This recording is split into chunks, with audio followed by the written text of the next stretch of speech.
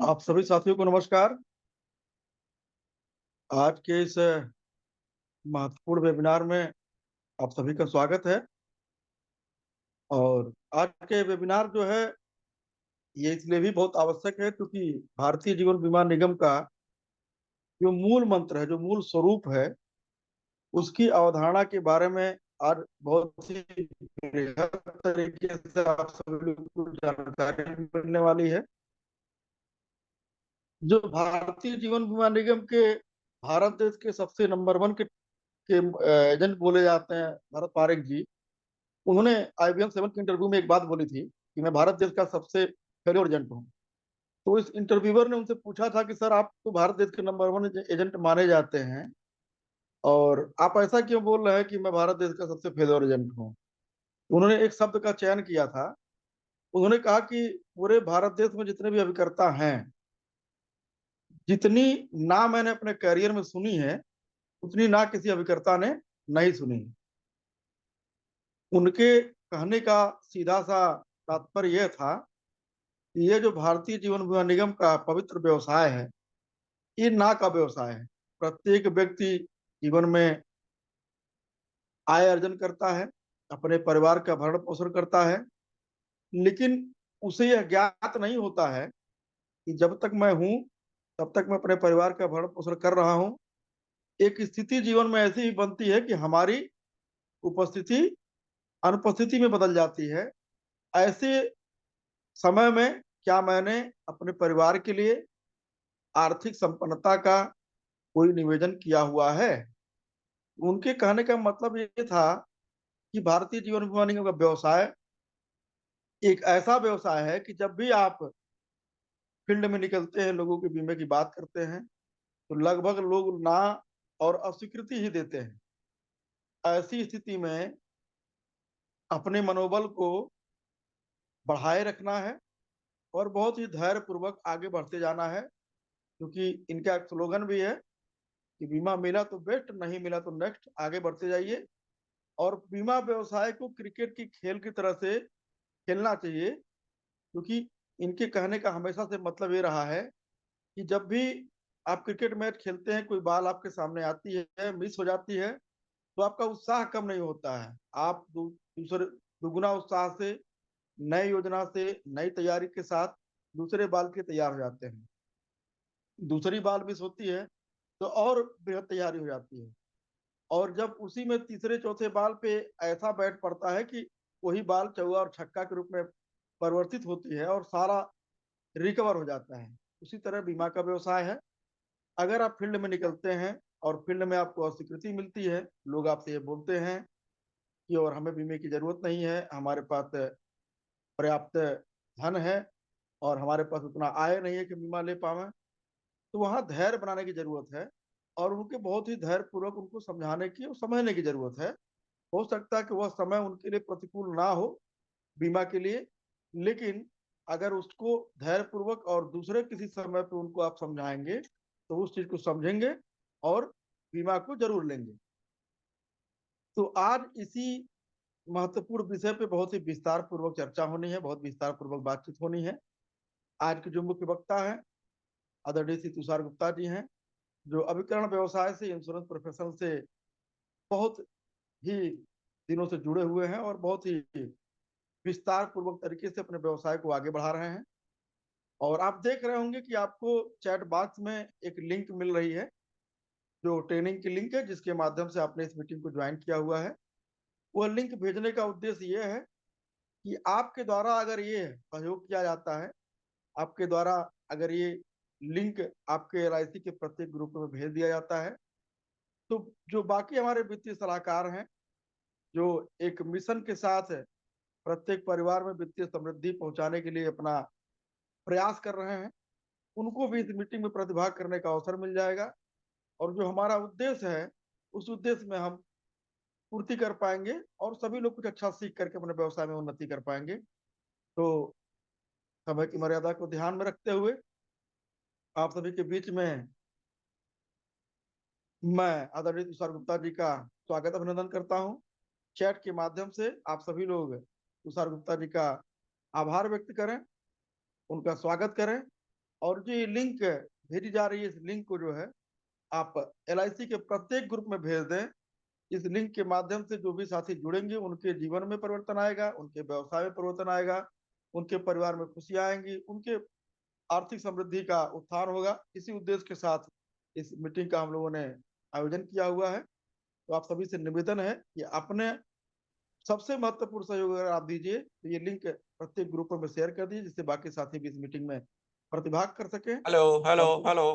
तुषार गुप्ता जी की बताई हुई बातों को बहुत ध्यानपूर्वक सुनते हुए और आप सभी लोग उसका अनुसरण करें और अपने व्यवसाय में निरंतर ग्रोथ करें। इन्हीं शुभकामनाओं के साथ मैं अपनी वाणी को विराम देते हुए आदरणीय तुषार गुप्ता जी को आज के इस महत्वपूर्ण वेबिनार के लिए आमंत्रित करता हूं। धन्यवाद, नमस्कार।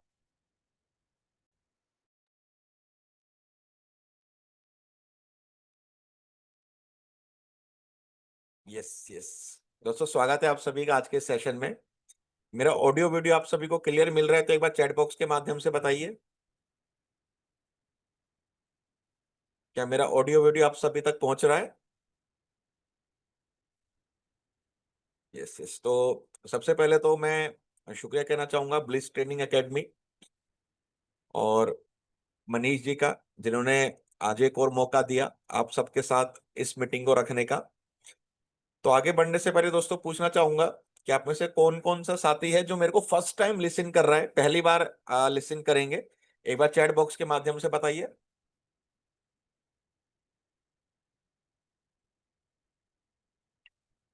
वो एफ एफ एफ टाइप कर सकते हैं चैट बॉक्स में।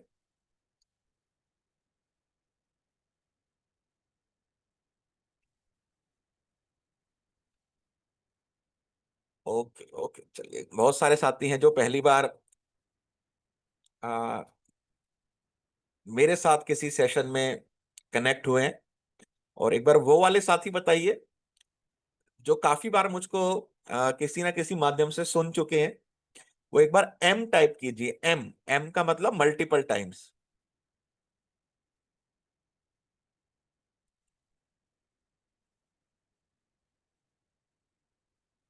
चलिए, तो दोस्तों हमारे बीच में जो आप सभी अभिकर्ता जुड़े हैं, मिक्स ऑडियंस है, जिनको मैं कह सकता हूँ कि काफी सारे साथी हैं जो फर्स्ट टाइम कनेक्ट हुए हैं और काफी सारे साथी हैं जो मल्टीपल टाइम्स किसी ना किसी के माध्यम से सुनते रहते हैं। तो जो फर्स्ट टाइम कनेक्ट हुए हैं उनको कहीं ना कहीं से लिंक मिला होगा और इस मीटिंग में जुड़ने का मौका मिला होगा। तो एक बार और मैं अपनी टीम से कह के आप सभी को लिंक शेयर करवा देता हूँ, जैसे कि आपके भी लाइफ इंश्योरेंस के साथी हो, लीडर हो, SBA हो, आप उनको ये भेज सकते हैं।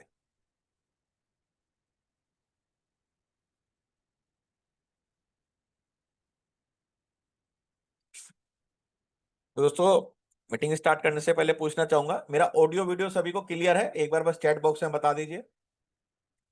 तो मैं एक PPT के माध्यम से स्टार्ट करता हूं।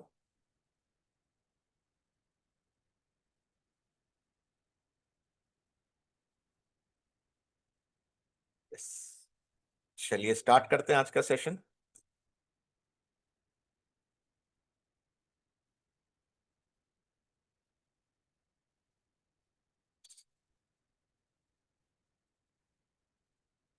PPT सभी को दिख रही है दोस्तों? PPT सभी को क्लियर है?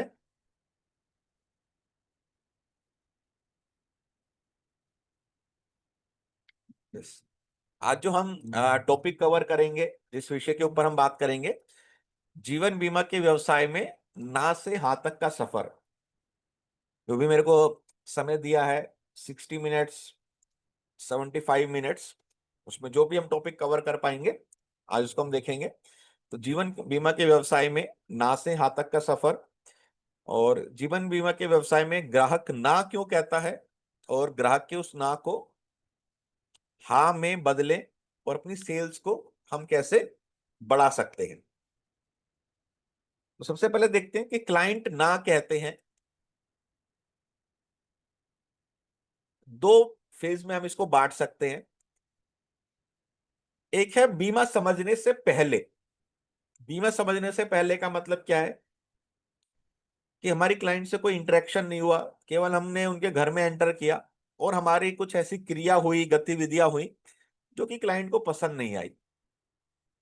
तो हमें देखते ही कई बार क्लाइंट मन बना लेते हैं कि नहीं, इनसे बीमा नहीं लेना, इनके साथ बिजनेस डील नहीं करनी। और कुछ कारक हो सकते हैं बीमा समझने के बाद। तो इन दोनों फैक्टर्स को देखते हैं कि क्या क्या होते हैं। सबसे पहला, बीमा समझने से पहले के फैक्टर। सबसे पहला, स्वयं का गलत परिचय। जब आपने किसी क्लाइंट के घर में एंटर किया, आपको अपने आप को इंट्रोड्यूस करना होता है, अपने बारे में बताना होता है, अपनी कंपनी के बारे में, या फिर हो सकता है कि जो आप गेटअप में गए हो, ड्रेस में गए हो, आपका पहनावा। तीसरा हो सकता है आपका प्रवेश। अब आपका प्रवेश से हम कई बार क्या कह सकते हैं, क्या बात कर सकते हैं। कई प्रोफेशनल इंश्योरेंस एडवाइजर हैं, वो रेफर करते हैं कि जब भी क्लाइंट के घर जाएं तो आपके जो शूज होते हैं उसको बाहर रिमूव करके जाइए, क्लाइंट के घर मत लेके जाइए। क्लाइंट आपको कह सकता है कि नहीं नहीं आ जाइए, शूज अंदर लेके आ जाइए। तो आपको क्या कहना है क्लाइंट से कि सर, घर एक मंदिर होता है और मंदिर में कभी भी शूज को लेके नहीं जाना चाहिए। तो ये हो गया आपका प्रवेश। यार कस्टमर को लगता है कि एक अच्छे विचारों वाले प्रोफेशनल व्यक्ति से आज मेरी मुलाकात हो रही है। दूसरा होता है आपका पहनावा। हर एक प्रोफेशन का कुछ ना कुछ एक दोस्तों ड्रेस कोड होता है या अटायर होता है। कई बार मैं अपनी मीटिंग में बताता हूं कि सपोज कीजिए कि आपको एक बैंक में अकाउंट खुलवाना हो, और जो बैंक है प्रिविलेज सर्विस देता हो कि आपको घर बैठे बैठे सर्विस मिलेगी, और एक पर्सन डोर बेल रिंग करता है और आपके घर पे आता है जिसके घुंघराले बाल हैं बड़े बड़े, यहाँ पे उसने कान बिंदवा रखे हैं, बड़े बड़े हाथों में टैटूज लगा रखे हैं, फंकी सी जीन्स पहन रखी है, जैसे गोवा में जाते हैं ऐसी टी शर्ट पहन के आ रखी हैं, बहुत सारी अंगूठियां डाल रखी है फंकी स्टाइल में, यहाँ पे बड़े सारे जो होते हैं ना ब्रेसलेट्स डाल रखे हैं। तो उसको देख के हमारी क्या छवि बनेगी कि क्या ये कोई बैंक का एम्प्लॉय है, क्या ये सेल्स प्रोफेशन है। उनको देख के हमारी छवि बनेगी नहीं यार, इस बैंक में इनसे तो अकाउंट नहीं खुलवाना। दूसरी तरफ, अगर हमारे घर में कोई पार्टी है और हमें अपने डीजे वाले को किसी को बुलाना है, और वो डीजे वाला आता है कोट पैंट पहन के, टाई वाई लगा के, अच्छा सा बन के, तो एक बार हमको लगता है कि यार ये कोई ऐसा तो नहीं है सेल्समैन, कोई पार्ट टाइम जॉब कर रहा हो, डीजे बजाने आ गया हो। तो जो पहले वाला पहनावा था वो सूट करता डीजे बजाने वाले को, और जो कोट पैंट वाला पहनावा था वो सूट करता है सेल्समैन को। तो आपको आपके प्रोफेशन के हिसाब से देखना चाहिए कि क्या मेरा पहनावा होना चाहिए। स्वयं का गलत परिचय, आपको किस तरह से अपने आप आपको इंट्रोड्यूस करना है।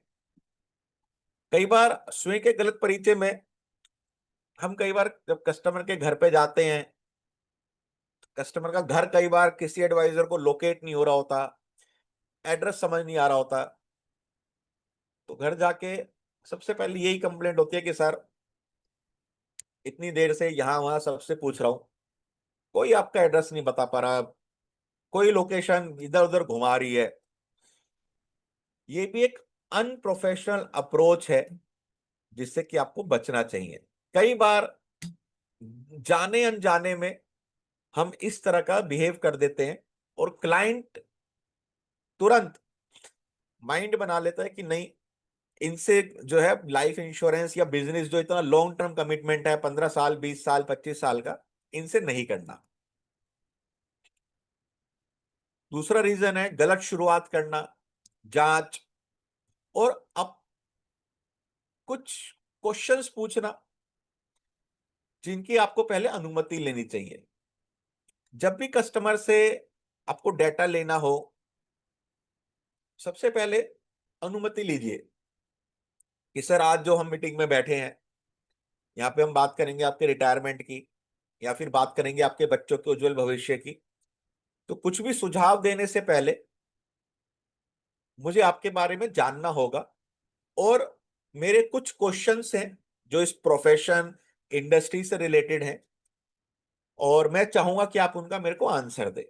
और जो भी हमारे बीच में बातचीत होगी, वार्तालाप होगी, सर मैं इस चीज का आपको अश्योरेंस देता हूं कि किसी भी तीसरे व्यक्ति को इसका जो है पता नहीं चलेगा। इस तरह का आपको उनको अश्योरेंस देके, एक कमिटमेंट देके अपनी बात को आगे बढ़ाना है कि सर परिवार में कितने लोग हैं, क्या आप अकेले परिवार में कमाने वाले हैं। इस तरह से आपके क्वेश्चंस का एक फ्लो होना चाहिए। कई बार हम सीधा जाके, हमने रेपो बिल्डिंग करी, सीधा क्वेश्चन पूछने लग जाते हैं, तो कस्टमर को लगता है कि यार ये कौन होता है मेरे से सारी चीजें पूछने वाला, कितना कमाते हो, लाइफस्टाइल पे क्या क्या खर्चा है, क्या क्या सपने देखे हैं।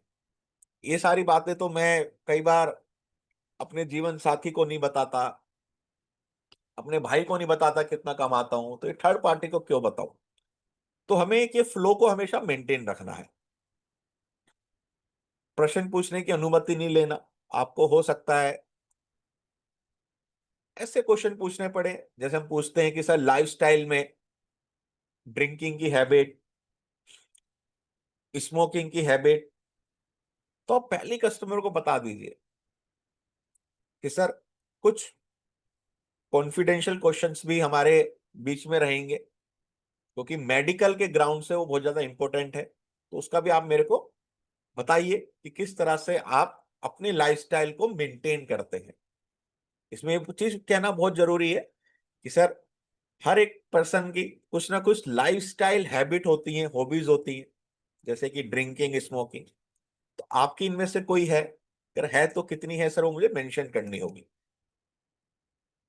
बैगिंग प्रोडक्ट अप्रोच, कि सीधा कस्टमर के पास गए और अपना प्लान की पोटरी खोल के बैठ गए कि सर जो आज हम बैठे हैं आपको जीवन उमंग बताएंगे, इतना बेहतरीन प्लान, 8% सम एश्योर्ड गारंटेड जीवन भर के लिए आपको मिलेगा, ये तो आपको सर लेना ही चाहिए। ये होता है बैगिंग प्रोडक्ट अप्रोच। सीधा जाके प्रोडक्ट का पिटारा आपने खोल दिया। और फिफ्थ वन होता है पॉलिसी पर ध्यान ना देना। मतलब पॉलिसी के ऊपर बात करना, सारी सारी पॉलिसी के ऊपर बात करना है, समस्या का समाधान नहीं, कि कस्टमर की लाइफ में क्या प्रॉब्लम है, हम कैसे उनको सॉल्यूशन दे सकते हैं, कस्टमर की क्या नीड है, कस्टमर की क्या रिक्वायरमेंट है, उसके बारे में कोई भी बातचीत ना करके सीधा एक मन बना लेना कि हाँ आज तो इस कस्टमर को जीवन लक्ष्य देनी है, आज तो इस कस्टमर को जाऊंगा आनंद ही समझाऊंगा। हर एक पॉलिसी के अलग अलग फीचर है, अलग अलग नीड को वो कैटर करती है। जब तक हम समस्या को नहीं समझेंगे, कस्टमर की क्या रिक्वायरमेंट है, कस्टमर क्या चाहता है, अगर हम उससे पहले पॉलिसी बता देंगे तो वो अनमैच रहेगी और हमें कभी भी बीमा नहीं मिलेगा। तो ये कुछ कारक है जिसको हम कहते हैं बीमा समझने से पहले। अब उसके बाद कुछ कारक देखते हैं बीमा समझने के बाद, जैसे प्लान, फीचर, बेनिफिट, प्रेजेंटेशन ग्राहक को पसंद नहीं आया, ये समझ में नहीं आया। इसमें हमेशा आपको कहता हूं कि लाइफ इंश्योरेंस एडवाइजर का जो काम है कस्टमर के सामने कम्युनिकेट करने का, प्रेजेंटेशन देने का, तो उनको अपनी इस कला को, जिसको हम कहते हैं बातचीत की कला, समझाने की कला, इस ये स्किल है, इसको आपको हमेशा धार लगाते रहनी है। कई बार हम हमारा ही प्रोडक्ट कस्टमर को उस तरह से नहीं समझा पाते जिस तरह से हमें किसी ऐसे पर्सन को बताना है जो इंश्योरेंस से रिलेटेड नहीं है। हम कई बार बहुत जार्गन्स का वर्ड यूज कर देते हैं, सर इसमें एफएबी, सर इसमें बोनस, सर इसमें पीडब्ल्यूबी, सर इसमें राइडर। वो एक जार्गन्स वर्ड है, कस्टमर के लिए जार्गन्स वर्ड है। उनको सिंपल, एक सिंपल लिहाज के हिसाब से हमें कस्टमर को बताना है। दूसरा reason, fact finding need analysis profession way से नहीं किया गया हो। तो इसमें फैक्ट फाइंडिंग का क्या प्रोसेस होता है, जब भी कस्टमर के पास जाएं तो ऐसे 5 उंगली आप खोल सकते हैं कस्टमर के सामने, 5, कस्टमर से कहिए कि सर भारत देश में, इंडिया में या बाहर लोग कमाते हैं, बचाते हैं, सेव करते हैं, इन्वेस्ट करते हैं, मेनली 5 रीजन से करते हैं, 5 रीजन। सबसे पहला रीजन होता है फैमिली सिक्योरिटी, जिसको हम कई बार कहते हैं प्री मैच्योर डेथ, कि अगर कल मेरे साथ कुछ अनहोनी हो गई, मिस हैपनिंग हो गई, कोई घटना घट गई, तो मेरे परिवार को ना कोई दिक्कत नहीं आनी चाहिए। दूसरा रीजन होता है चिल्ड्रंस फ्यूचर, बच्चों के भविष्य के लिए, जिसको हम कहते हैं children education planning, marriage planning, या जो बिजनेस फैमिली से होते हैं उनका एक पर्पस होता है कि जब मेरा बच्चा 25-26 साल का पढ़ाई करके आए, मेरे इस बिजनेस को ज्वाइन करे, तो इसको एक बड़ा बिजनेस करके दो, एक फंड उसके लिए मुझे इकट्ठा करना है।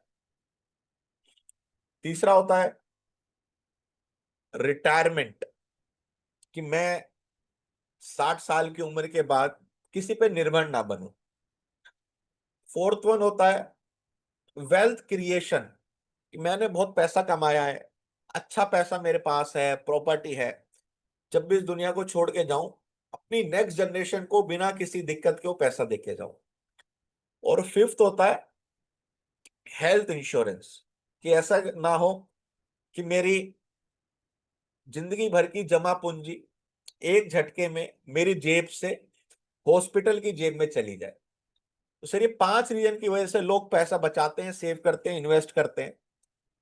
अगर मैं आपसे पूछूं तो आपकी 2 प्रायोरिटी कौन सी है, फर्स्ट 2 प्रायोरिटी कौन सी है? वो होती है fact finding, need analysis, professional way से। जो कस्टमर ने 2 बताई, हमें अब केवल अपनी प्रेजेंटेशन कम्युनिकेशन में उसी के ऊपर बात करनी है। कई बार हम जाते हैं रिटायरमेंट समझाने लग जाते हैं, कस्टमर का वो जो फोकस है ही नहीं रिटायरमेंट। उससे पहले तो उसको दिख रहे हैं कि यार मेरे छोटे बच्चे हैं, इनकी एजुकेशन, मैरिज के लिए प्लान करना है। तो वहां पे ना मिसमैचिंग हो जाता है। कस्टमर देख रहा होता है 6, हम यहां से दिखा रहे होते हैं 9। अगर आप 6 ऐसे लिखो, 6, जो उस तरफ बैठा होगा उसको दिखेगा 6, जो इस तरफ बैठा होगा उसको दिखेगा 9। तो हम दिखा रहे होते हैं 6, वो देख रहा होता है 9, और कभी भी ना नंबर मैच नहीं होता। तो इसलिए ये तरीका एक प्रोफेशनल तरीका है। कस्टमर के द्वारा पूछे गए सवालों का सही जवाब नहीं देना, ये हमने लिखा है बीमा समझने के बाद कस्टमर ने कुछ ऑब्जेक्शन पूछा, कुछ क्वेरी रेज करी, कुछ कंसर्न दिखाया, और हम उसको सेटिस्फाई नहीं कर पाए। फोर्थ वन प्रेशर सेलिंग करना, कि नहीं सर आज ही लेना पड़ेगा, आज मैं आया हूं तो सर बीमा करके ही जाएंगे, आज तो बच्चों का भविष्य सिक्योर करके ही जाएंगे, सर इसमें इतना सोचना क्या है, सर किससे पूछना, आपस में हम बात कर लेते हैं। तो कस्टमर को कई बार लगता है ना कि ये प्रेशर दे रहा है, और कोई भी व्यक्ति नहीं चाहता कि सामने वाला सेल्समैन ना मेरे को बेच के जाए। हर एक को ना खरीदारी करना पसंद है। आप मॉल में जाओ, मॉल भरे रहते हैं, मॉल्स में बड़े बड़े शोरूम भरे रहते हैं, हर एक को ना खरीदारी करना पसंद है। लेकिन जैसे ही आप कुछ परचेज कर रहे हो और आपके पास एक दो सेल्समैन आ जाएं कि सर क्या देख रहे हैं, क्या मैं आपकी कुछ मदद करता हूं, तो आप कहते हैं नहीं नहीं, मैं अपने आप देख लूंगा। ऐसा होता है या नहीं होता, एक बार चैट बॉक्स से बताइए। आप सीधा कह देते हैं कि मैं आपको बता दूंगा मुझे जरूरत पड़ी तो। लेकिन अगर आप अकेले हैं तो ट्रॉली में आप अपने हिसाब से सामान डालते रहते हैं। तो इसका मतलब क्या है, कस्टमर की साइकोलॉजी समझिए, चाहे आप हैं, मैं हूं या कोई भी है, हर एक को ना खरीदारी करना पसंद है, लेकिन किसी को यह नहीं पसंद कि कोई मेरे को बेच के जाए। सबको ये पसंद है कि हम उसको असिस्ट कर दे। तो कभी भी प्रेशर सेलिंग नहीं करना, कि नहीं, कस्टमर को ऑप्शन दिखा दीजिए कि सर बच्चे की एजुकेशन प्लानिंग के लिए 2 है, इसका ये फीचर, इसका ये फीचर है, आपको कौन सा अच्छा लग रहा है। अब कस्टमर के पाले में बोल आ गई कि उसको कौन सा खरीदना है, तो हमेशा ऑप्शंस में दिखाना है। और फिफ्थ वन, केवल और केवल प्रोडक्ट के ऊपर बात करना। प्रोडक्ट कस्टमर की लाइफ में कैसे इंपैक्ट डाल सकता है उसको नहीं बताना। हम कई बार बात करते रहते हैं जीवन लक्ष्य ले लो, जीवन लक्ष्य लेने से कस्टमर को क्या गेन मिलेगा या फ्यूचर में उसके कौन से पेन है जिसको हम कम कर सकते हैं, हमें उस पर बात करनी है। कि सर अगर आज आप जीवन लक्ष्य लेते हैं तो आप ये सुनिश्चित हो जाएंगे कि जो सपना आपने अपने बच्चे के एजुकेशन और मैरिज के लिए देखा है वो पूरा होगा ही होगा। ये 100% आज सर गारंटेड हो जाएगा। हर एक पिता सपना देखता है कि अपने बच्चे को डॉक्टर बनाऊंगा, इंजीनियर बनाऊंगा। और सर पिता के साथ साथ वो बच्चा भी सपना देखने लग जाता है कि जब मैं बड़ा बनूंगा मेरे पिताजी मेरे को डॉक्टर बनाएंगे, इंजीनियर बनाएंगे। लेकिन सर कई बार लाइफ में कुछ अनिश्चित घटनाएं घटती हैं और एक पिता के साथ अगर वो अनिश्चित घटना घट जाती है तो सर पिता तो अपना सपना लेके चला जाता है, साथ के साथ उन छोटी छोटी आंखों से बच्चों का सपना भी लेके चला जाता है। क्योंकि पिता का सपना क्या था? बच्चे को डॉक्टर बनाना, इंजीनियर बनाना। और वो केवल पिता के द्वारा उनकी आय से ही पूरा हो सकता था। लेकिन सर आज जो मैं ये प्लान आपको देने आया हूं, जीवन लक्ष्य, ये सुनिश्चित करेगा कि आप बच्चे के साथ हैं या नहीं है। लेकिन जो आपने अपने बच्चे के लिए सपना देखा है, बच्चे की उसी उम्र पे वो पैसा बच्चे को मिलेगा और वो सपना पूरा होगा सर। ये एक ऐसा प्लान है जो आप ऊपर से देख रहे होंगे कि हाँ मेरा बच्चा आज डॉक्टर बना है, मेरा बच्चा आज इंजीनियर बना है। हम इस प्लान पे आज डिस्कस करने आए। इस तरह से आपको किसी भी प्लान प्रेजेंटेशन की ना सबसे पहले भूमिका बनानी है कि कस्टमर की लाइफ में कौन से पेन आ सकते हैं, उनकी फैमिली की लाइफ में कौन से पेन आ सकते हैं, जिससे मेरा ये प्रोडक्ट उनको आज सॉल्यूशन दे देगा। क्लियर है सभी को? एक बार चैट बॉक्स में बताइए, क्लियर टाइप कीजिए।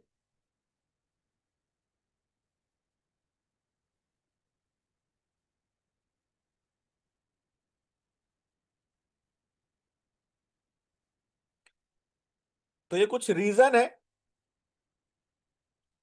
10 रीजन आप बेसिकली कह सकते हो, 5 रीजन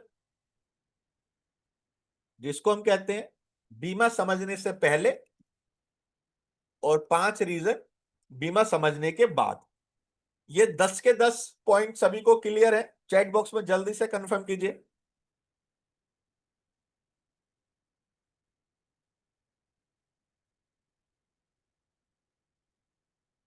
यस, चलिए आगे चलते हैं। तो अब देखते हैं क्लाइंट ना क्यों कहते हैं। और एक सफल एजेंट वही होता है जो उस ना के पीछे की वजह को समझ सके। कि क्लाइंट अगर ना कह रहा है, नो कह रहा है, तो उसके पीछे कुछ ना कुछ रीजन है, कुछ ना कुछ कारण है। उन कारणों का पता लगा के उनको सॉल्यूशन देना एक एडवाइजर का काम है, तभी आपकी सेल्स बढ़ेगी। तो लाइफ इंश्योरेंस बेचना सिर्फ प्रोडक्ट बेचना नहीं है, यह विश्वास और भावना बेचना भी है। जब हम लाइफ इंश्योरेंस बेच रहे होते हैं, कस्टमर कोई वन टाइम चीज परचेज नहीं कर रहा कि वो कोई मोबाइल ले रहा है, वो टीवी ले रहा है या फ्रिज ले रहा है जिसमें एक ही बार पैसा देना है। वो एक लॉन्ग टर्म का प्रोडक्ट परचेज कर रहा है आपके साथ, 15 साल, 20 साल, 25 साल। इसमें उससे हर साल बार बार लगातार पैसे देने हैं। हर साल बार बार लगातार पैसे देने हैं। तो जो प्रोडक्ट है ना, ये ट्रस्ट बिल्डिंग, क्रेडिबिलिटी और इमोशनल सेलिंग का है। क्योंकि एक ऐसा प्रोडक्ट है जिसको हम देख नहीं सकते, हम छू नहीं सकते, हम महसूस नहीं कर सकते, हम तुरंत इसका लाभ नहीं देख सकते। तो इसके लिए जरूरी होता है कि हम एक इमोशनल सेलिंग करें। तो 8 कारण, कारण बहुत सारे हैं लेकिन आज 8 कारण डिस्कस करते हैं जिसकी वजह से ग्राहक मना करता है। सबसे पहला, लैक ऑफ अवेयरनेस। आप इंश्योरेंस के प्रोफेशन से हैं, आप लाइफ इंश्योरेंस एडवाइजर हैं, आपने एलआईसी के बारे में नॉलेज ली है, आपने इंश्योरेंस के बारे में नॉलेज ली है, आप डिफरेंट डिफरेंट प्लान को स्टडी करते हैं। लेकिन जो सामने वाले ग्राहक के पास हम जा रहे हैं, कोई किसी कंपनी में नौकरी करता है, कोई किसी स्कूल में टीचर है, कोई किसी आईटी डिपार्टमेंट में है, तो उनको नहीं पता कि लाइफ इंश्योरेंस क्या है, इसके क्या क्या बेनिफिट्स मिल सकते हैं, कैसे वर्क करता है। तो ये होती है अज्ञानता, लैक ऑफ अवेयरनेस की। लैक ऑफ अवेयरनेस की वजह से लोग कई बार कहते हैं मुझे जरूरत नहीं है, आई डोंट नीड इट। तो आपका काम है कि उस अवेयरनेस को इंक्रीज करना, बढ़ाना। कई लोग नहीं समझते कि लाइफ इंश्योरेंस क्या करता है और कैसे उनकी परिवार की सुरक्षा करता है। तो इसका एक सॉल्यूशन क्या हो सकता है? ग्राहक को सिंपल एग्जाम्पल के साथ, स्टोरी के साथ बताइए कि लाइफ इंश्योरेंस क्यों जरूरी है। अभी पुलवामा अटैक हुआ, 27 लोगों की डेथ हुई, 27 परिवार उससे इफेक्ट हुए। वहां पे लाइफ इंश्योरेंस का क्या रोल आ सकता है एक परिवार के लिए, आप बता सकते हैं कि अगर कल कुछ हो जाए तो आपके परिवार की जो आमदनी है, जो आपके साथ आ रही थी, आप वर्क कर रहे थे, उससे इनकम जनरेट कर रहे थे, उस इनकम जनरेशन से परिवार चल रहा था, अगर वो सोर्स ही नहीं रहे, पावर ही नहीं रहे जिससे वो इनकम जनरेट हो रही थी, तो एक परिवार सर कैसे आगे सरवाइव करेगा? कस्टमर से कहिए कि आज आपका मैनेजर आपसे कहे कि यार कंपनी बहुत डाउन है, स्लो डाउन चल रहा है, अगले 4-5 महीने की ना मैं तुम्हें सैलरी नहीं दे पाऊंगा। तो आप क्या उस कंपनी में काम करेंगे, रुकेंगे, या कहीं नई जगह जॉब ढूंढेंगे? अगर वो मैनेजर कहे कि यार मैं 1 साल तक ना नहीं उठा पाऊंगा, काम करना है तो करो, नहीं तो देख लो कहीं और देख लो, हम कहीं और देखेंगे, क्योंकि हमें पता है कि 1 साल तक, 6 महीने तक, 4 महीने तक मेरे को सैलरी नहीं मिलेगी, मैं अपने परिवार को कैसे पालूंगा? सर उसी तरह सोचिए कि अगर आपकी अनुपस्थिति में परिवार को अ, जिंदगी भर के लिए पैसा नहीं मिलने वाला, तो आपकी जो वाइफ है, आपके जो बूढ़े पेरेंट्स हैं, वो परिवार को कैसे पालेंगे? उनके लिए जीवन बीमा है, आपको जरूरत नहीं है, लेकिन आपके पीछे जो आपका परिवार रहने वाला है उनको इसकी बहुत ज्यादा जरूरत है, और उनके लिए मैं आज आपको जीवन बीमा देने आया। दूसरा गलत धारणा है, मिथ है कि इंश्योरेंस तो मरने के बाद काम आता है। कस्टमर से कह सकते हैं कि सर अगर ऐसा होता कि इंश्योरेंस मरने के बाद काम आता है, तो कोई भी इसको लाइफ इंश्योरेंस नहीं कहता, हर कोई इसको डेथ इंश्योरेंस कहता है। लाइफ इंश्योरेंस क्यों कहा जाता है? क्योंकि अगर आप एलआईसी में देखेंगे, यहाँ पे फिर आपको थोड़े आंकड़े प्रस्तुत करने हैं कि सर एलआईसी डेली इतना इतना क्लेम देती है, जिसमें से डेथ क्लेम इतना है, लेकिन मैच्योरिटी इतना है, एसबीड्यू इतना है, मनी बैक इतना है, सर्वाइवल इतना है। सर 5%, 2%, 3% डेथ क्लेम है, बाकी सबको मैच्योरिटी मिल रही है, मनी बैक मिल रही है, पेंशन मिल रही है। तो कुछ लोग इसे सिर्फ मृत्यु से जोड़ते हैं और इसे खर्च समझते हैं, निवेश नहीं। समाधान, टर्म प्लान और सेविंग प्लान का फर्क समझाइए, बताए ये कि सिर्फ डेथ कवर नहीं, लाइफ प्लानिंग भी है। सर एक ऐसी प्लानिंग है जो जीते जी आपके बच्चों के एजुकेशन में पैसा देगी, बच्चों के मैरिज के समय पैसा देगी, आपके रिटायरमेंट के समय पैसा देगी, और परिवार के लिए एक स्टेट क्रिएट करके जाएगी। तो अगर ये केवल मरने पे पैसा देती तो इसका जो नाम है लाइफ इंश्योरेंस नहीं, डेथ इंश्योरेंस होता। तीसरा, प्रायोरिटी नहीं है, प्राथमिकता नहीं है, बाद में देखेंगे। लोग इंश्योरेंस को तुरंत जरूरी नहीं मानते जब तक कि कोई घटना ना हो जाए। जब कोरोना आया, कोविड आया, तो लाइफ इंश्योरेंस नंबर 1 प्रायोरिटी बन गई। जब अर्थक्वेक आता है, भूकंप आता है, और वो देखते हैं कि किसी शहर में इतने सारे लोग मर गए, तो एकदम प्रायोरिटी बन जाते हैं कि नहीं यार बीमा बहुत जरूरी है।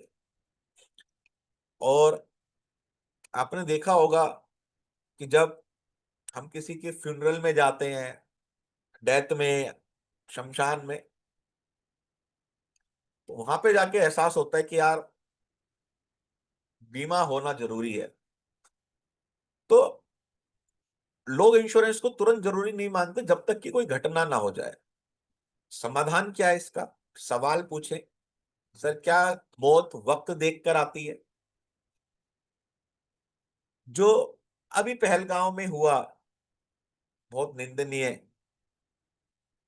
वो लोग अपने परिवार के साथ एक अच्छा समय बिताने गए थे, एक हैप्पी मोमेंट बिताने गए थे, और सर सबकी ना रिटर्न टिकट भी थी, लेकिन जिनकी रिटर्न टिकट थी उनमें से 26 लोग रिटर्न नहीं आए। डेथ, जब उस टेररिस्ट ने पूछा तो उसने ये नहीं पूछा क्या इंश्योरेंस है या नहीं है, नहीं है तो जाओ पहले लेके आओ। उसने सीधा लोगों का कास्ट पूछा था। तो मौत कभी भी वक्त देखकर नहीं आती। कोरोना कोई एज देख के नहीं आई, हर एक किसी को कोरोना ने चपेट में लिया है। तो इंश्योरेंस हमें तब ले लेना चाहिए जब हमें इसकी जरूरत ना हो, क्योंकि जरूरत के समय हम इसको ले नहीं सकते और हमें मिलेगा नहीं। तो आपकी इस समय प्राथमिकता क्या है कि मैं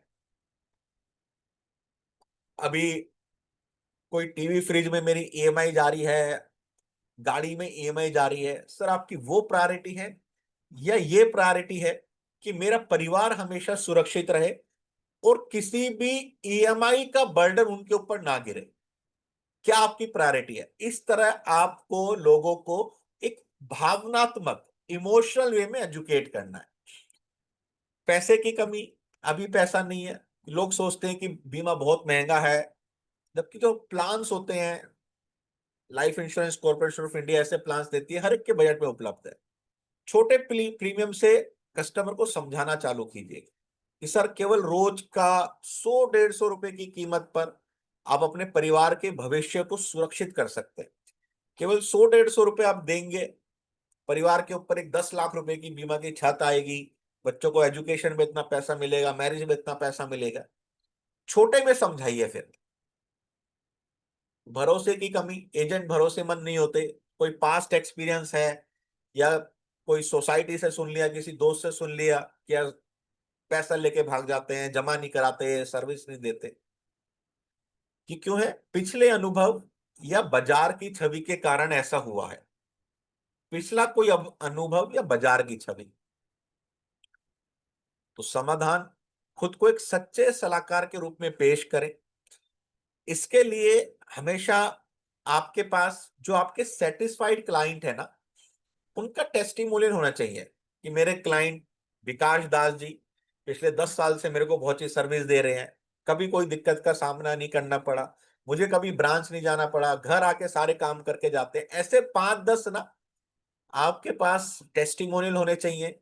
आपके डेवलपमेंट ऑफिसर सर का टेस्टिमोनियल होना चाहिए कि ये एजेंट लगातार अपने आप के लिए अपग्रेड करते रहते हैं, सीखते रहते हैं। ब्रांच मैनेजर सर से आप अपना टेस्टिमोनियल लगा के आपका जो सेल्स फाइल होता है उसमें रखिए। आपने कभी देखा होगा ये टेस्टिमोनियल कैसे काम करते हैं? जो ये ट्रेनर होते हैं, वेट लूज वाले होते हैं, या फिर जो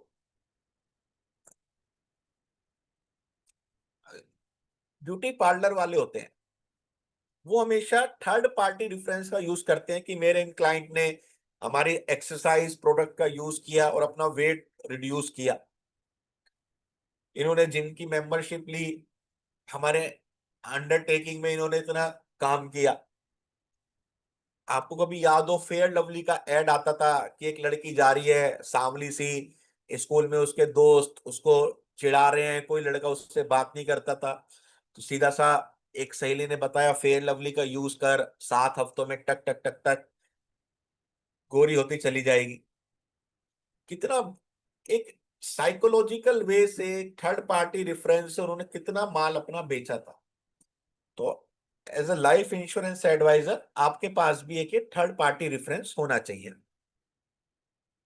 जटिलता, पॉलिसी कठिन है क्योंकि कई बार हम उनको बहुत जार्गन्स वाले वर्ड यूज कर देते हैं, टेक्निकल टर्म्स और शर्तों की वजह से उलझन में पड़ जाते हैं। समाधान आसान भाषा में समझाइए।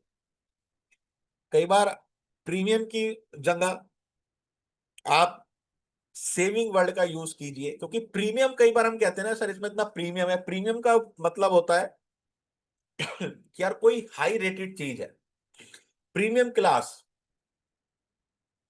प्रीमियम सेगमेंट, ये हमें कई बार क्या कहते हैं कि यार ये हाई रेटेड है, इसको मैं पता नहीं अफोर्ड कर पाऊंगा नहीं कर पाऊंगा, और कस्टमर अपने गार्ड्स आगे कर लेता है।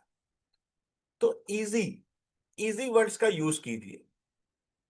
सम एश्योर्ड की जगह यूज कर सकते हैं कि सर पहले दिन से ही परिवार के लिए एक एफडी इतने अमाउंट की आपकी क्रिएट हो जाएगी। सम एश्योर्ड की जगह एफडी का वर्ड यूज कर सकते हैं। प्रीमियम की जगह इंस्टॉलमेंट वर्ड यूज करेंगे कि इसके लिए केवल सर इतना इंस्टॉलमेंट जाना है। तो अपने वर्ड्सों को आप थोड़ा बदलेंगे तो आपका प्रेजेंटेशन बदलेगा। सेवंथ, पहले नुकसान हुआ है तो इसके लिए गलत पॉलिसी नहीं थी, शायद गलत गाइडेंस थी, इस बार सही सलाह लें। पहले नुकसान का मतलब है कि पहले जो पॉलिसी ली है वो इतना कस्टमर की नीड के अकॉर्डिंग नहीं दी गई, जिसकी वजह से कस्टमर को या तो सरेंडर करनी पड़ी तो उसको बंद कराना पड़ा। तो इसलिए मैंने शुरू में आपको कहा कि आपको 5 चीजें पूछनी है। कौन कौन सी वो 5 चीजें थी, एक बार देखते हैं किस किस ने नोट्स बनाए हैं, चैट बॉक्स में डालिए जल्दी से। 5 चीजें बताई थी आप सभी को, 1 2 3 4 5 करके। और दोस्तों, मेरे जो गुरु हैं, मेरे जो ट्रेनर हैं, वो एक चीज कहते हैं कि जितने आप नोट्स बनाओगे ना, उतने आप नोट्स बनाओगे। जितने आप नोट्स बनाओगे उतने आप नोट्स बनाओगे। तो आपकी जो नोटबुक है ना, किसी भी सेशन में बैठे हैं, पेड है अनपेड है फ्री है, नोट्स बनाइए। खूब नोट्स आपके बनते रहने चाहिए। 5 कारण बताए थे।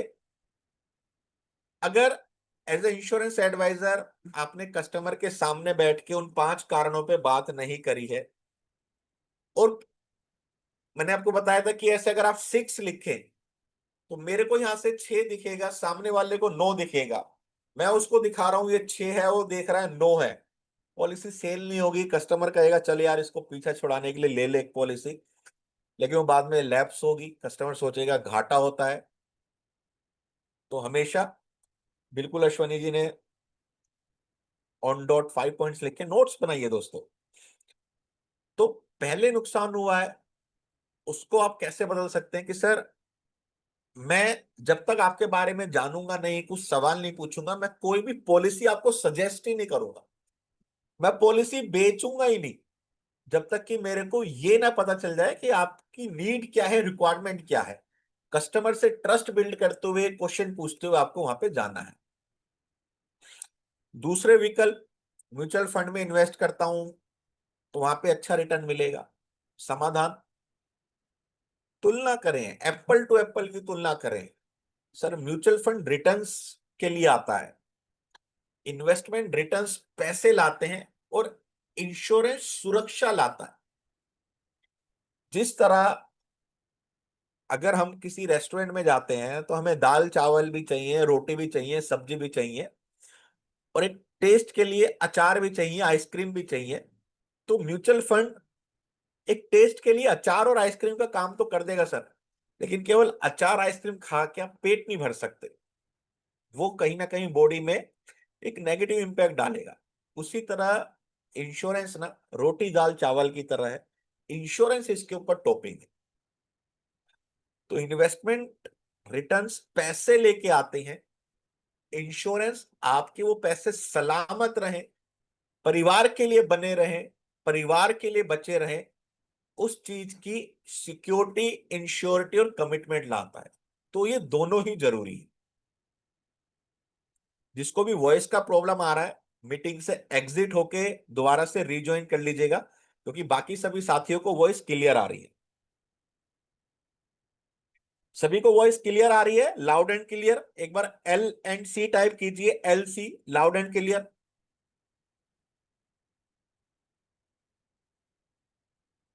जिसको भी वॉइस का इश्यू आ रहा है वो एक बार एग्जिट होके रिज्वाइन कर लीजिए।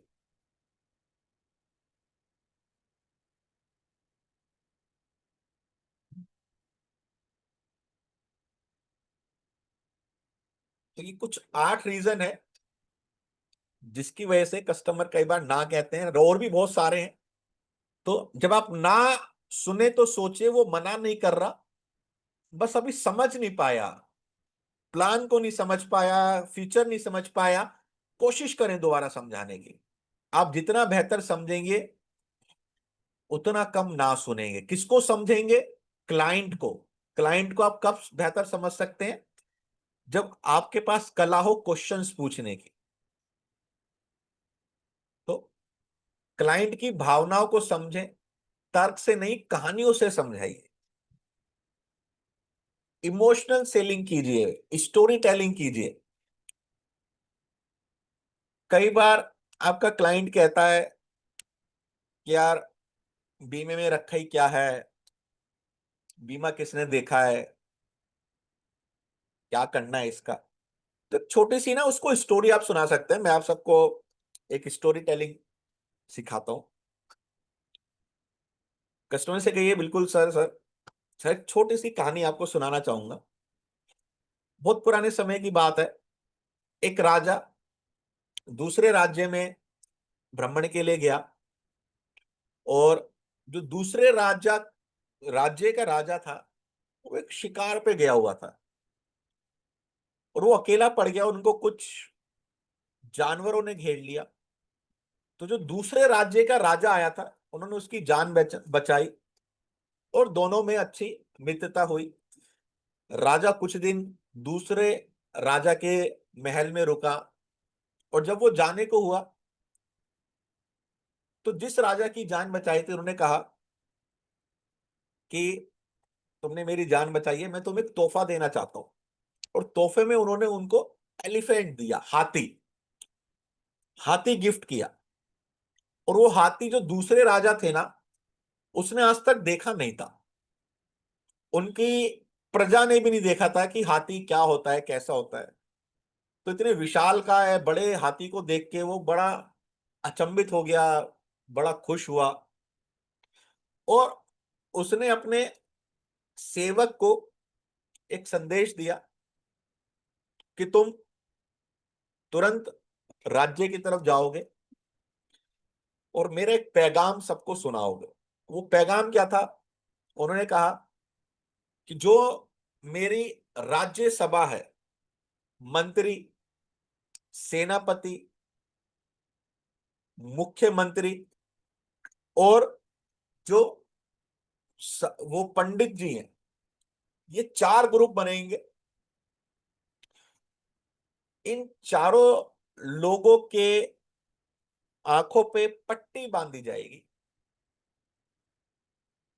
और मैं राज्य में प्रवेश करूंगा। और ये चारों लोग अपनी 20-20 जनों की एक टीम बनाएंगे, जिनकी आंखों पे भी पट्टी रहेगी। जब राजा पहुंचता है, तो देखता है कि वो हाथी लेके आया, लेकिन कोई भी हाथी देख नहीं सकता था, क्योंकि सबकी आंखों पे पट्टी थी। तो राजा सबसे पहले कहता है अपने मुख्यमंत्री को कि इधर आओ, हाथी के सामने खड़ा करके कि इसको देखो क्या है ये। तो जो मुख्यमंत्री होता है, उसके हाथ में हाथी की पूंछ आती है, पूंछ। तो कहता है महाराज, ये कुछ रस्सी जैसा लग रहा है, रस्सी जैसा, ये कुछ रस्सी जैसा लग रहा है। और वो चला जाता है। मुख्यमंत्री फिर उप मुख्यमंत्री को बुलाते हैं, उनसे कहते हैं कि इसको देखो क्या है। उसको छूते हैं, तो उप मुख्यमंत्री के हाथ में उसके कान आते हैं। तो कहता है महाराज, ये कुछ बड़ा पर्दे जैसा लग रहा है, पंखे जैसा। वो साइड हो जाते हैं। फिर अपने सेनापति को बुलाते हैं, उनके हाथ में उसकी टांगे आती हैं। ये कहता है कुछ खंबे जैसा लग रहा है मेरे को, कुछ खंबा सा है ये। उसके बाद जो पंडित जी हैं उसको बुलाते हैं, उनके हाथ में उसके दांत आते हैं। वो दांत चुभते हैं, तो उनको लगता है कि ये कोई पत्थर है, मोटा बड़ा हथियार सा है।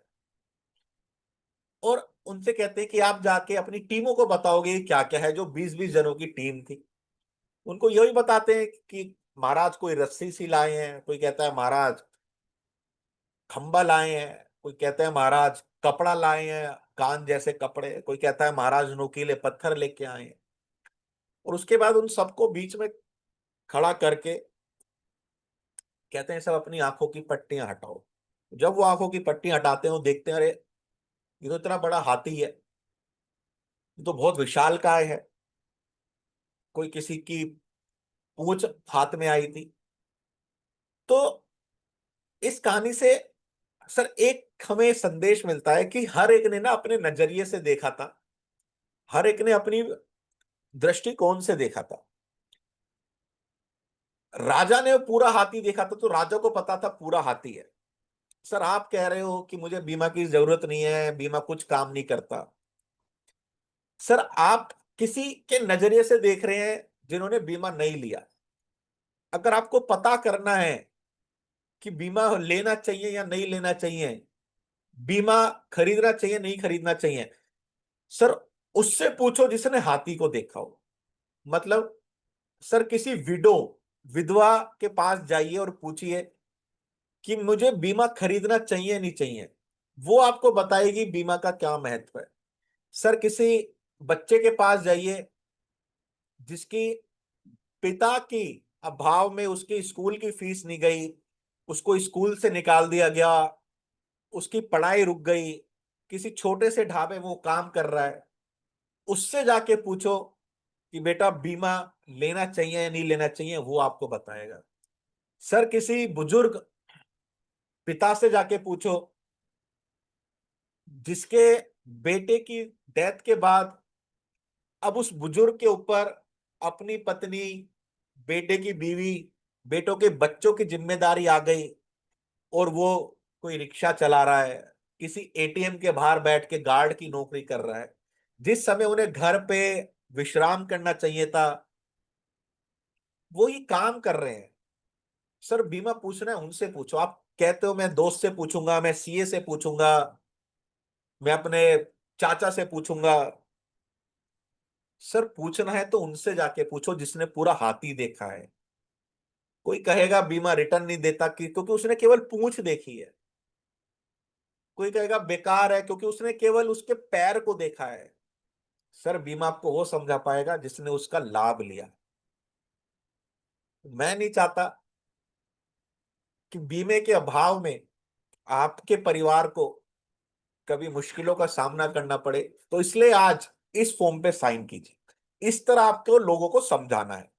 क्लियर है स्टोरी? कैसी लगी सबको आपको ये कहानी?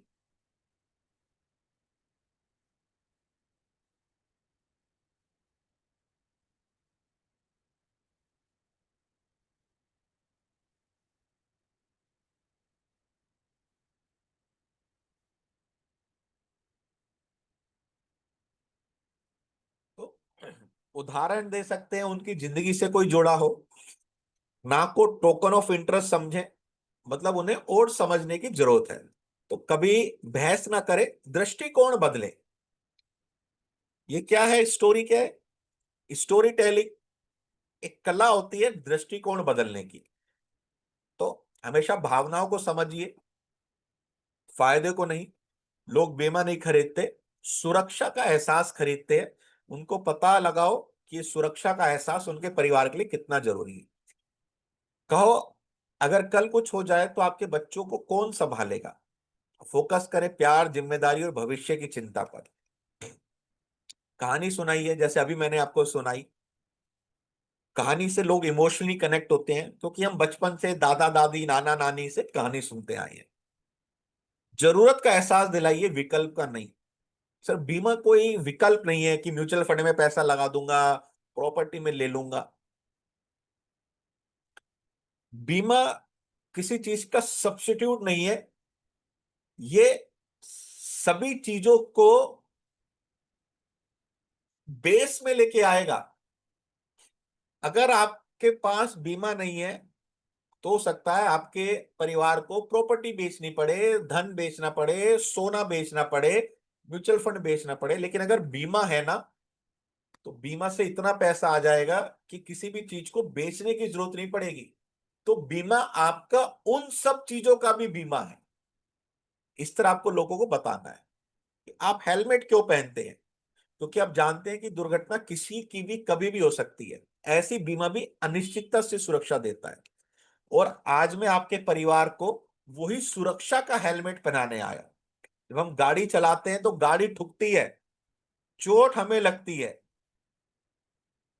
गाड़ी चलाते हैं, गाड़ी ठुकती है, चोट हमें लगती है, हमें चोट लगेगी, वहां परिवार को बहुत गहरी चोट लगेगी, तो परिवार के लिए भी वो एक सुरक्षा, पैसे का हेलमेट हम देने आए हैं। तो लाभ को जीवन लक्ष्य से बेचिए। लोग पैसे नहीं, सपने पूरे करने की योजना खरीदते हैं। कैसे ये बीमा आपके सपनों को पूरा कराएगा?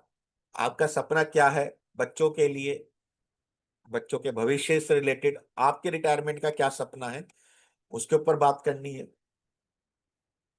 कुछ आपके हाथ में लीफलेट, ब्रोशर जरूर होने चाहिए, प्लान कॉम्बिनेशन के लीफलेट्स होने चाहिए, मनीष जी के थ्रू आपको मिल जाएंगे, बहुत सारा स्टॉक्स है उनके पास।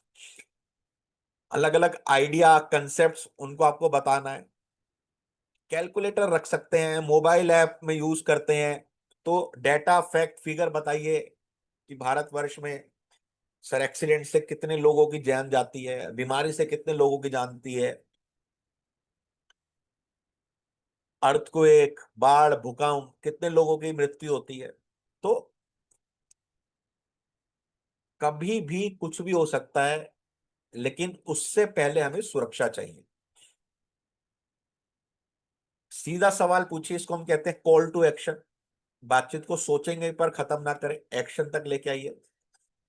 अगर आज ही बीमा शुरू कर दें तो आपके मन को शांति मिलेगी कि हाँ, मेरा परिवार सुरक्षित है। सर, एक आप चैन की नींद सो पाएंगे कि अगर कल कुछ भी होता है तो परिवार को 1 करोड़ रुपए मिलेगा, और परिवार अपने आगे की लाइफ बिना किसी पे निर्भर हुए, बिना किसी दिक्कत के पूरी कर पाएगा। लाइफ इंश्योरेंस क्या है दोस्तों? एक ऐसा प्रोडक्ट जो इनटेंजेबल है, जिसको हम देख नहीं सकते, टच नहीं कर सकते, इंस्टेंट यूज नहीं कर सकते। तो अगर हमें इंटेंजेबल प्रोडक्ट को बेचना है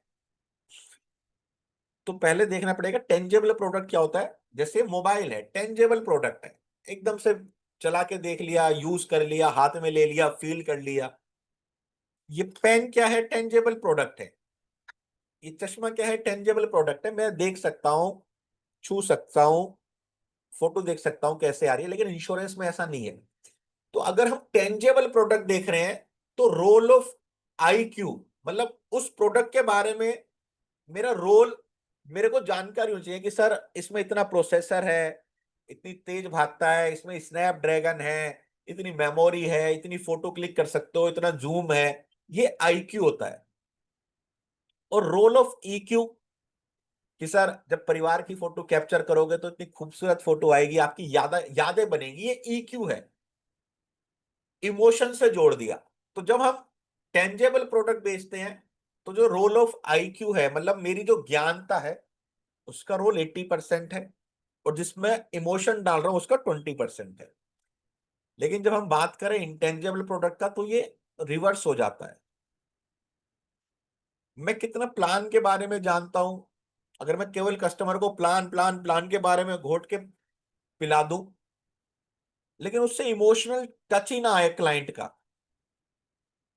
कितना भी बेहतरीन प्लान हो, कितना भी अच्छा प्लान हो, क्लाइंट नहीं खरीदेगा जब तक कि उसमें इमोशनल डाला जाए।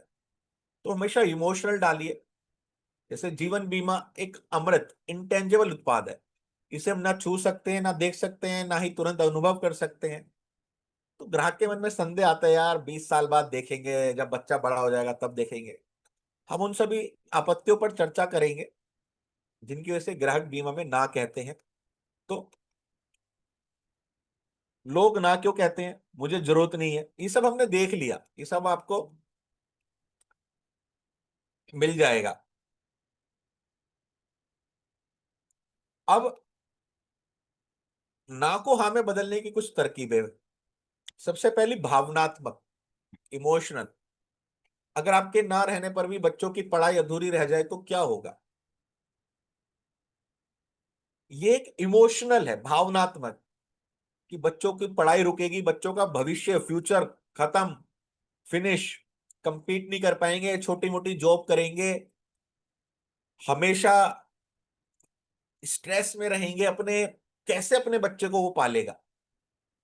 एक पढ़े लिखे व्यक्ति की समाज में कोई अच्छी जॉब नहीं है, कोई अच्छी पूंछ नहीं है, कैसे मेरा बेटा सरवाइव कर पाएगा अगर मैं उसको अच्छी शिक्षा ना दूं? तो उसके लिए जरूरी है कि बच्चों की शिक्षा के लिए प्लान करना। तार्किक अपील, बीमा ना सिर्फ सुरक्षा देता है बल्कि टैक्स बचत, सुरक्षित भविष्य भी प्रदान करता है। जैसे इसके साथ साथ आपको टैक्स बेनिफिट भी मिलेंगे, मन की शांति भी मिलेगी, ये भी मिलेगा कि परिवार सुरक्षित है। कहानी को बताइए, जैसे मैंने आपको कहानी बताई, और उदाहरण, 100 रुपए की बचत से आप अपने परिवार को 10 लाख की सुरक्षा दे सकते हैं। आज एक कस्टमर के सामने 100 रुपए का नोट रख दीजिए कि सर ये 100 रुपए का डेली बचत आपके परिवार को एक 10 लाख रुपए का सुरक्षा कवच देगा। तो हमने वहीं पे उसको दिखा दिया, विजुलाइज करा दिया, इंटेंजेबल को टेंजेबल में बना दिया। तो ये 4 तरीके हैं जिसपे आप काम कर सकते हैं। उसके बाद क्लोजिंग, जिसको हम कहते हैं अजम्पटिव क्लोज। तो फिर हम इस पॉलिसी का एप्लीकेशन भरना शुरू करें। आइए सर, पेपर फॉर्मेलिटी शुरू कर देते हैं।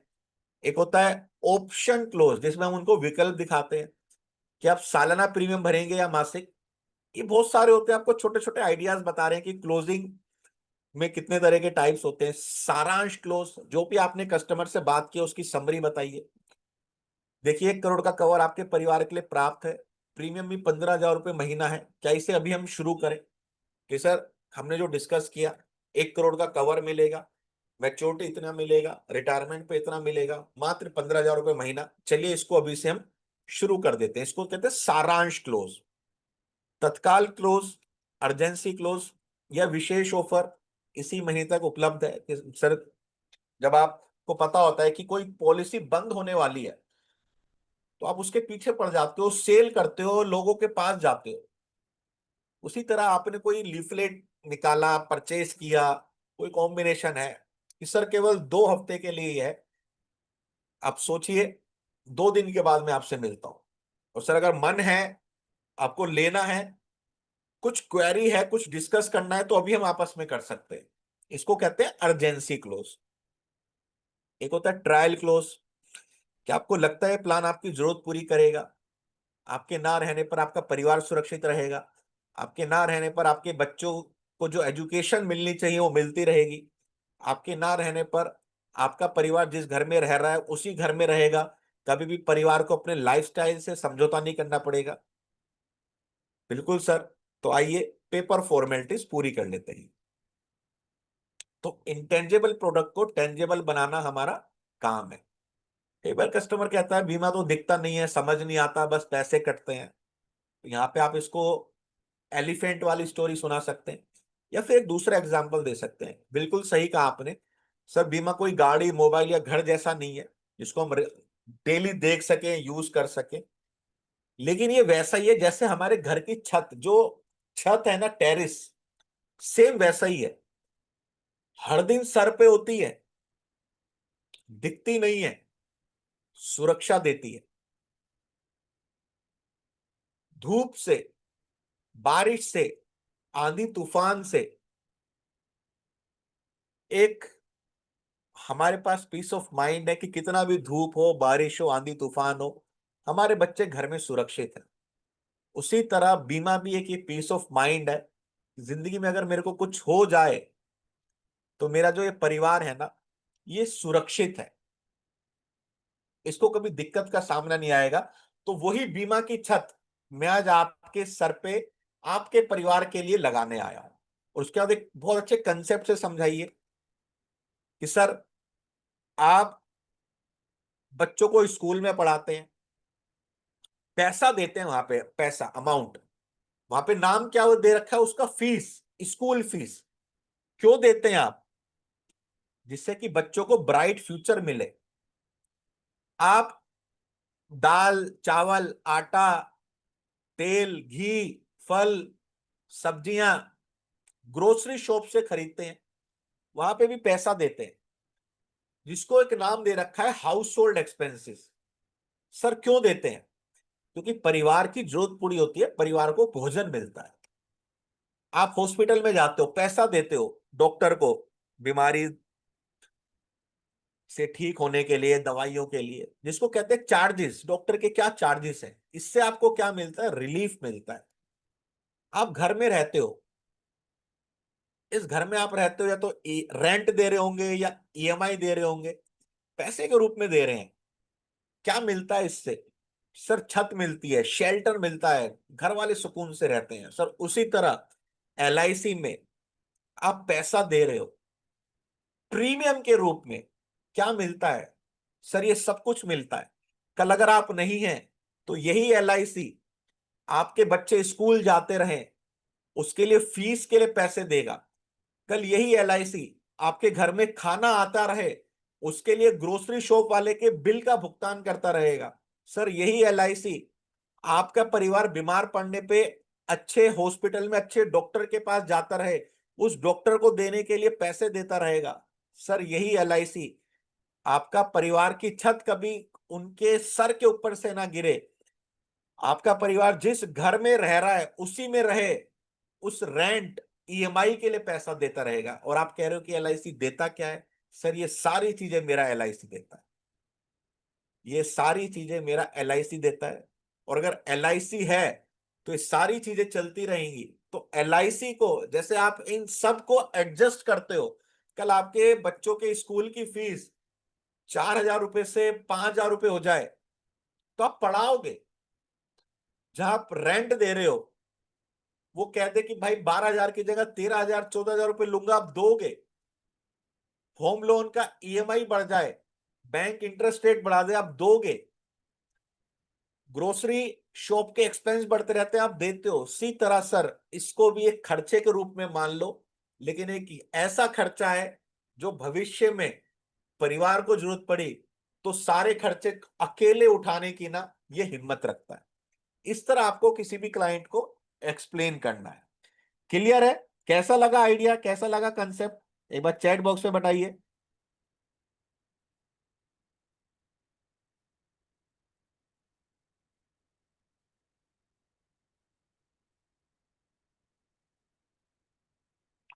इसको कहते हैं कंसेप्ट सेलिंग, इमोशनल सेलिंग। तो आईक्यू क्या है? Raising the emotion. और ये आप कैसे इमोशन रेज कर सकते हो? With the help of concept selling and story telling. तो दोस्तों जीवन बीमा बेचना एक कला है और इसका आधार है कंसेप्ट। बता बता के जो ये कंसेप्ट बताया इसके थ्रू लोगों को जागृत करते हैं। आपका काम है विश्वास बनाना, भावनाओं को समझना और एक सुरक्षित भविष्य का चित्रण करना। तो यदि आप इन बिंदुओं को सही ढंग से समझें और लागू करें तो ना को हाँ में बदल सकते हैं। तो दोस्तों आगे बढ़ने से पहले पूछना चाहूंगा कि अभी तक का सेशन जो हमने लिया कैसा लगा आपको?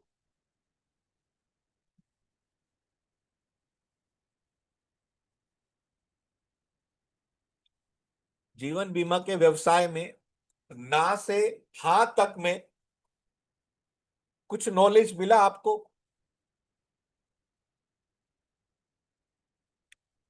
लगभग पिछले 75 मिनट से हम डिस्कस कर रहे हैं।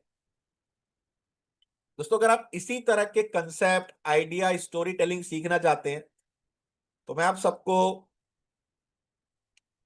इंट्रोड्यूस करता हूं हमारे आने वाली एक वर्कशॉप के बारे में, जो केवल और केवल कंसेप्ट सेलिंग और स्टोरी टेलिंग के ऊपर ही बनी है। जैसे आज हमने एलिफेंट स्टोरी देखी, ऐसी बहुत सारी स्टोरीज हैं जो लाइफ इंश्योरेंस के बिजनेस में काम में आती है, जिसको कहते हैं स्टोरी टेलिंग।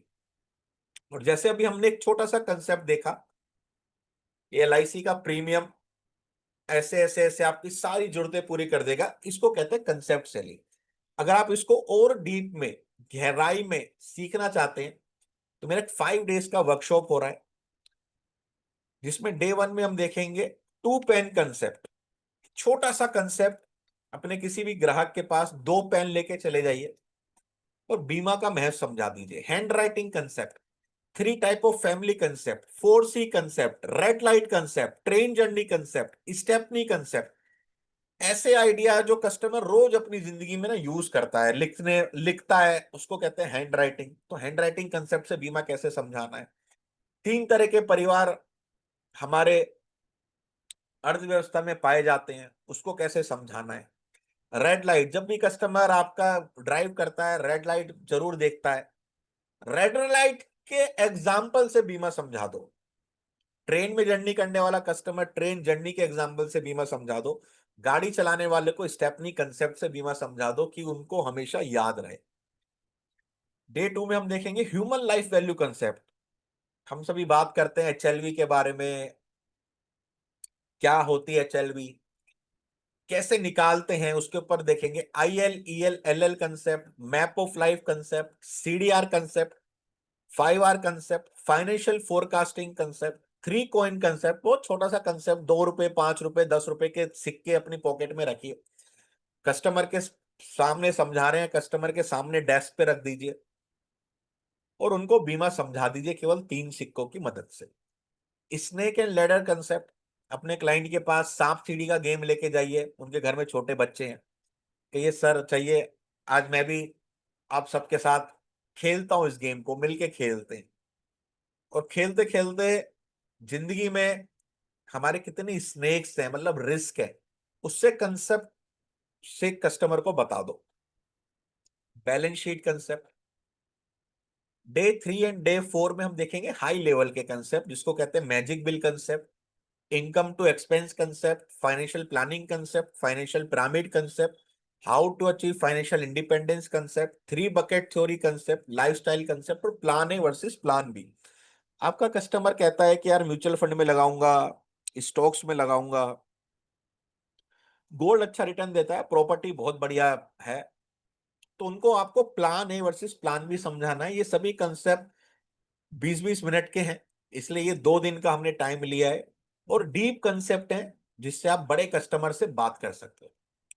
तो डे 5 में हम देखेंगे कहानियां, कॉम्बिनेशन, पंच लाइन्स, बीमा बेचने की स्टोरी टेलिंग। तो ये 5 दिन का वर्कशॉप, जिसके साथ आपको कुछ बोनस भी मिल रहा है।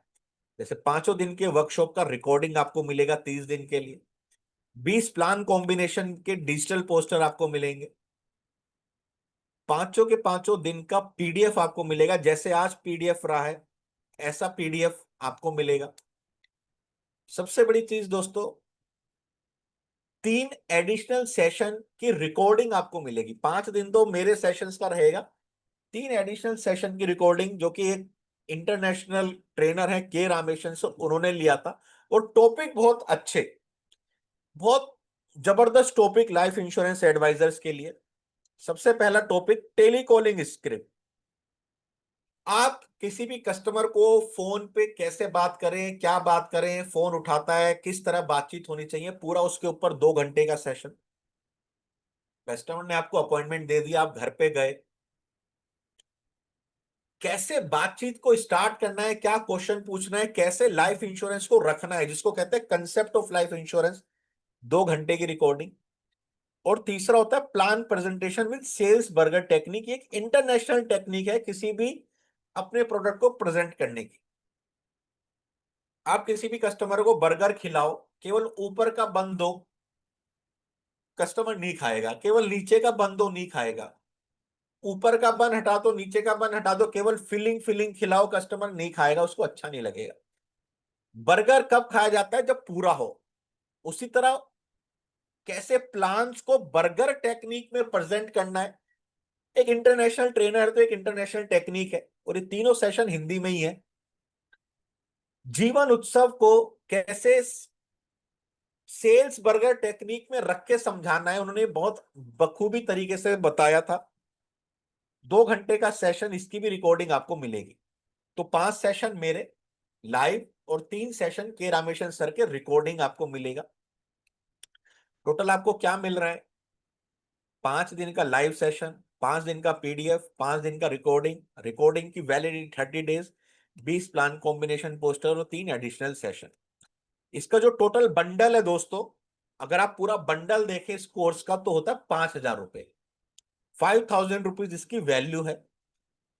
लेकिन आप सभी के लिए एक स्पेशल ऑफर है। लेकिन प्राइस बताने से पहले मैं जानना चाहूंगा कि जैसे आज हमने देखा कि कैसे हम स्टोरी से, कंसेप्ट से कस्टमर की ना को हाँ में कन्वर्ट कर सकते हैं 1 घंटे के सेशन में।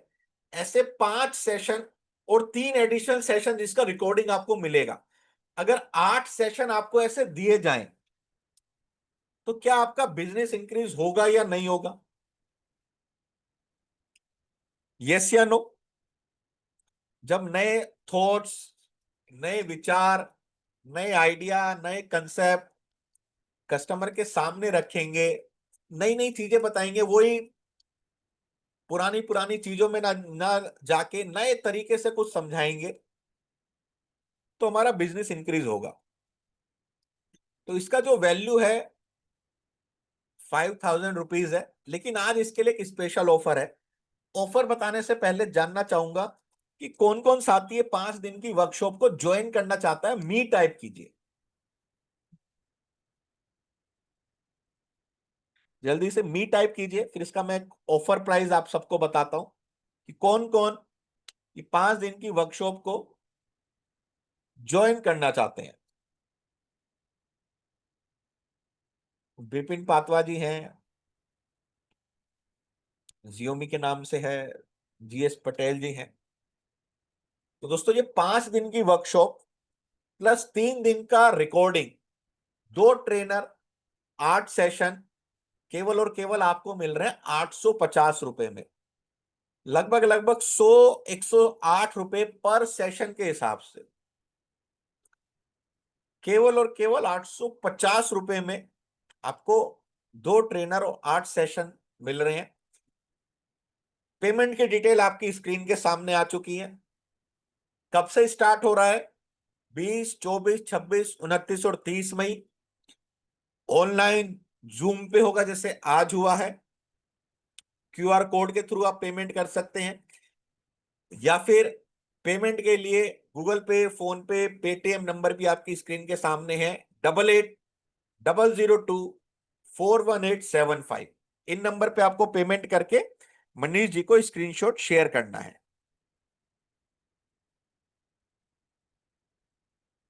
850 रुपए क्यूआर कोड के थ्रू आप पे कर सकते हैं, या गूगल पे, फोन पे, पेटीएम, यूपीआई आप कर सकते हैं। 8800024185। ऑनलाइन होगा, जूम पे होगा, 8:30 बजे से सेशन होगा। 20, 24, 26, 29 और 30 मई।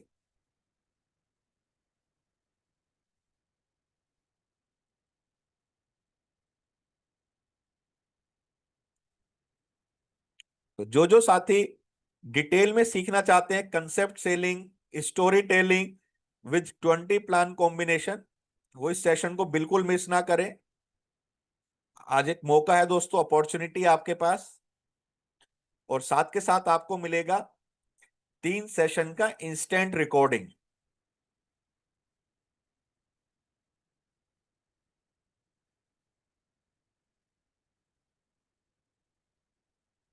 किसी का इन 5 दिन की वर्कशॉप के बारे में कोई क्वेश्चन है तो आप पूछ सकते हैं।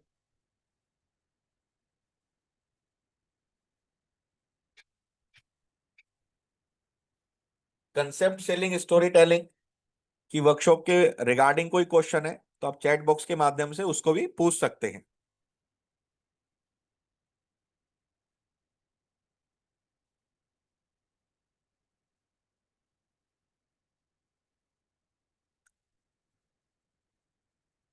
बाकी आज का सेशन आप सबको कैसा लगा, और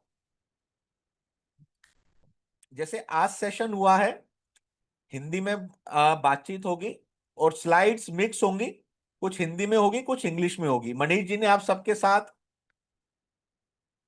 लिंक शेयर किया है, उस ग्रुप को ऐड ज्वाइन कर सकते हैं। जो डिलीवरी होगी वो हिंदी में होगी, स्लाइड्स हैं वो इंग्लिश में होगी।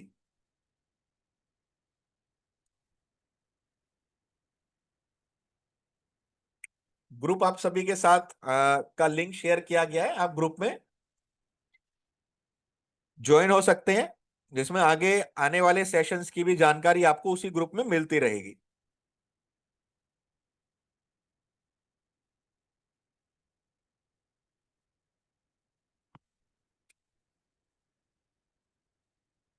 दोस्तों, आज का मेरा सेशन इतना ही आप सभी के लिए। कैसा लगा आप सभी को सेशन, एक बार चैट बॉक्स के माध्यम से बताइए। ग्रुप का लिंक मनीष जी ने चैट बॉक्स में डाला है, लिंक पे क्लिक करके आप ग्रुप में ज्वाइन हो जाइए।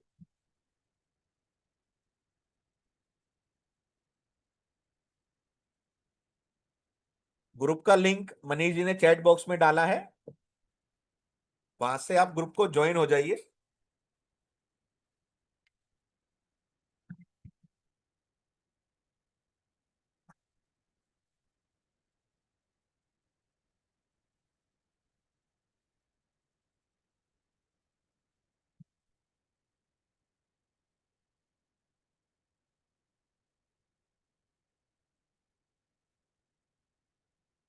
सेशन का फीडबैक जरूर दीजिए दोस्तों, कैसा लगा, लर्निंग कैसी रही, आपका एक्सपीरियंस कैसा रहा।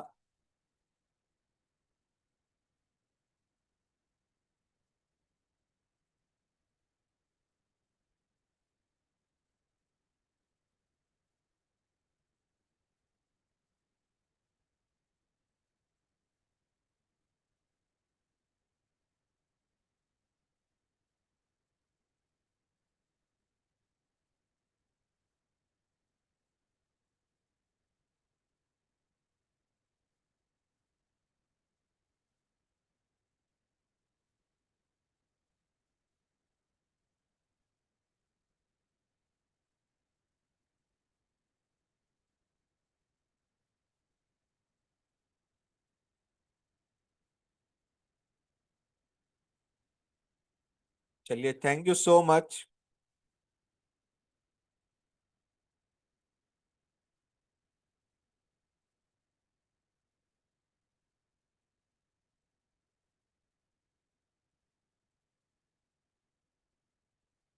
इन सभी पॉइंट्स को ब्रीफ में फिर किसी सेशन में हम डिस्कस करेंगे कि हमें अपना इंट्रोडक्शन कैसे देना चाहिए, सवाल कौन कौन से कैसे पूछने चाहिए, फैक्ट फाइंडिंग कैसे करनी चाहिए। इस पे फिर कभी कोई सेशन रखेंगे। तो आज का सेशन दोस्तों यहीं खत्म करते हैं। और जिन जिन साथियों ने डिसीजन लिया है, 850 रुपीज देके पेमेंट किया है, उनसे मुलाकात होगी अब 20, 24, 26, 29 और 30 मई की। तो कौन कौन साथी मिल रहा है मेरे को 20, 24, 26, 29, 30 मई को, एक बार आई टाइप कीजिए। किस किसने पेमेंट किया एक बार देखें, कौन कौन साथी मिलने वाला है 20, 24, 26, 29, 30 मई को।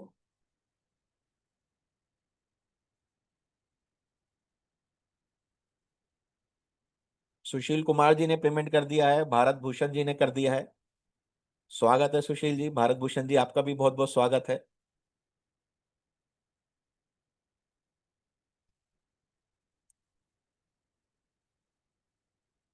हमारा जो सेशन होगा 20, 24, 26, 29, 30 मई को, जिसमें हम केवल और केवल कंसेप्ट कॉम्बिनेशन, अमित कुमार जी ने भी पेमेंट किया है, आपका भी स्वागत है अमित जी।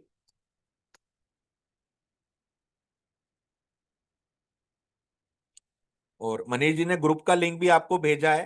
फ्यूचर में हमारा कोई भी सेशन होगा, सेमिनार होगा, तो आपको उसी ग्रुप के माध्यम से पता चलेगा।